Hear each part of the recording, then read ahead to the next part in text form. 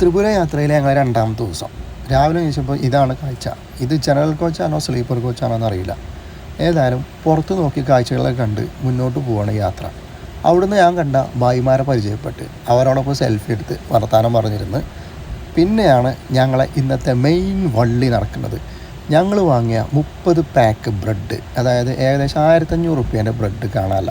അത് മോഷണം പോയിട്ടുണ്ട്. കുറേ തിരഞ്ഞു നോക്കി, എവിടെയും കാണാല്ല. അവസാനം കടലയും വാങ്ങി ഭായിമാരപ്പം വർത്താനം പറഞ്ഞ് അത് തിന്ന് രാവിലെ ഇരുന്നു. കുറച്ച് കഴിഞ്ഞപ്പോൾ വീണ്ടും ഷോക്കായി, വിശന്ന് ആകെ വലഞ്ഞിരിക്കുകയാണ്. ഏതായാലും യാത്ര തുടർന്നുകൊണ്ടിരിക്കുകയാണ് കാഴ്ചകളൊക്കെ കണ്ട്. അപ്പോൾ ദാ വരുന്നു നമ്മളെ ടീംസ്. ഇവർ എൻ്റെ അടുത്തൊക്കെ വന്ന് നന്നായിട്ട് സ്നേഹപ്രകടനം കാണിച്ചിട്ടുണ്ടായിരുന്നു. പിന്നെ ദാ 2 ചേച്ചിമാർ അവിടെ ഭയങ്കര കച്ചറ, കടല കച്ചവടക്കാരാണ്. അവരുടെ കടലൊക്കെ തട്ടിത്തെറിപ്പിച്ച് ഭയങ്കര കച്ചറ. നമ്മളൊന്നും കാണാത്ത എന്തോരോ ആൾക്കാരും കാഴ്ചകൾ കാണുന്നു. ഇതാണൊരു ജീവിതം. ഇവരുടെ പാട്ടും ഒന്ന് കേട്ടു നോക്കി.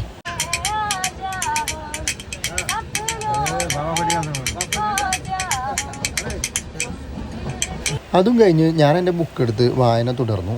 പിന്നെ വരുന്നു തമ്പാക്ക് കച്ചവടക്കാരൻ. ഇവിടെ ഇതൊക്കെ സുലഭമാണ് കേട്ടോ. ഇത് ഇവരുടെ ലൈഫിൻ്റെ ഭാഗമാണ്. വണ്ടി വിജയവാഡ എത്തി. അവിടെ 10 മിനിറ്റ് സമയമുണ്ട്. ഞങ്ങൾ പുറത്തിറങ്ങി കുറച്ച് ഫോട്ടോസൊക്കെ എടുത്ത് പിന്നെ ഞങ്ങൾ ഭക്ഷണം വാങ്ങാൻ നിന്നു. ബ്രെഡ് പഴമൊക്കെ വാങ്ങി വീണ്ടും വണ്ടിയിലേക്ക് കയറി. ഞങ്ങളുടെ ബ്രെഡ് മോഷ്ടിച്ചവനെ സ്മരിച്ചുകൊണ്ട് ഞങ്ങൾ വാങ്ങിയ ബ്രെഡും ജാമും മറ്റു കാര്യങ്ങളൊക്കെ ഞങ്ങൾ കഴിച്ച് യാത്ര വീണ്ടും മുന്നോട്ട് പോയിക്കൊണ്ടിരിക്കുകയാണ്.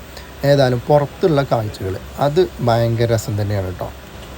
ഈ ജനറൽ കോച്ച് പോലെയുള്ള സ്ലീപ്പർ കോച്ചിലെ ഇന്നത്തെ എൻ്റെ അനുഭവം അത് മറക്കാൻ കഴിയാത്തത് തന്നെയാണ് കേട്ടോ. വണ്ടി വിശാഖപട്ടണം എത്തിയപ്പോൾ അവിടെ 20 മിനിറ്റ് സമയമുള്ളതുകൊണ്ട് ഇറങ്ങി ഭക്ഷണം വാങ്ങി കഴിച്ചു. യാത്ര വീണ്ടും മുന്നോട്ട് പോയിക്കൊണ്ടിരിക്കുകയാണ്.